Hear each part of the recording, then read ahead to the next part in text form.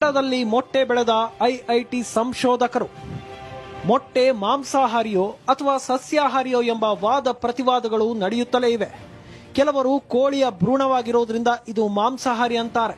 ಇನ್ನು ಕೆಲವರು ಪೂರ್ತಿ ಕೋಳಿಯ ರೂಪ ಪಡೆದುಕೊಳ್ಳದ ಕಾರಣ ಅದು ಸಸ್ಯಾಹಾರಿ ಅಂತ ವಾದಿಸ್ತಾರೆ. ಆದರೆ ಇದಕ್ಕೆಲ್ಲ ಈಗ ಬ್ರೇಕ್ ಬಿದ್ದಿದೆ. ಗಿಡದಲ್ಲೂ ಮೊಟ್ಟೆ ಬೆಳೆಯಬಹುದಾಗಿದೆ. ಅರೆ, ಗಿಡದಲ್ಲಿ ಮೊಟ್ಟೆನಾ ಅಂತ ಹುಬ್ಬೇರಿಸಬೇಡಿ. ಇದು 100ಕ್ಕೆ 100ರಷ್ಟು ಸತ್ಯ.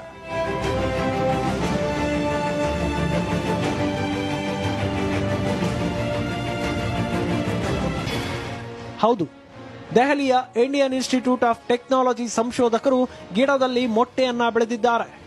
ನಾನ್ ಸಾಯ್, ಗ್ಲುಟೆನ್ ಮುಕ್ತವಾಗಿರುವ ಈ ಮೊಟ್ಟೆಯನ್ನ ದೆಹಲಿಯ ಐಐಟಿಯಲ್ಲಿ ಆಯೋಜನೆಗೊಂಡಿದ್ದ ಕೈಗಾರಿಕಾ ದಿನ 2019ರಲ್ಲಿ ಮೊದಲ ಬಾರಿಗೆ ಪ್ರದರ್ಶಿಸಲಾಯಿತು.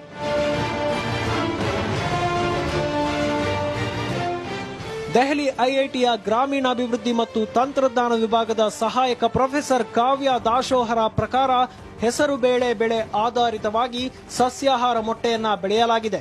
ಭಾರತೀಯರು ಸಾಮಾನ್ಯವಾಗಿ ಬೇಳೆಕಾಳುಗಳ ಮೂಲಕ ಅಗತ್ಯವಾದ ಪೌಷ್ಟಿಕಾಂಶಗಳನ್ನು ಪಡೆದುಕೊಳ್ಳುತ್ತಾರೆ. ಹಾಗಾಗಿ ನಾವು ಈ ನಿಟ್ಟಿನಲ್ಲಿ ಪ್ರಯೋಗಗಳನ್ನು ಆರಂಭಿಸಿದ್ವಿ. ಹೆಸರು ಬೇಳೆಯಲ್ಲಿ ಕೋಳಿ ಮೊಟ್ಟೆಯ ಬಿಳಿ ಭಾಗದಲ್ಲಿರುವಷ್ಟೇ ಪೌಷ್ಟಿಕಾಂಶ ಇರುವುದು ಖಚಿತವಾಯಿತು. ಆದ್ದರಿಂದ ಹೆಸರು ಬೇಳೆ ಗಿಡ ಆಧಾರಿತವಾದ ಸಸ್ಯಾಹಾರ ಮೊಟ್ಟೆಯನ್ನ ಬೆಳೆಯಲು ಮುಂದಾದ್ವಿ ಅಂತ ತಿಳಿಸಿದರು.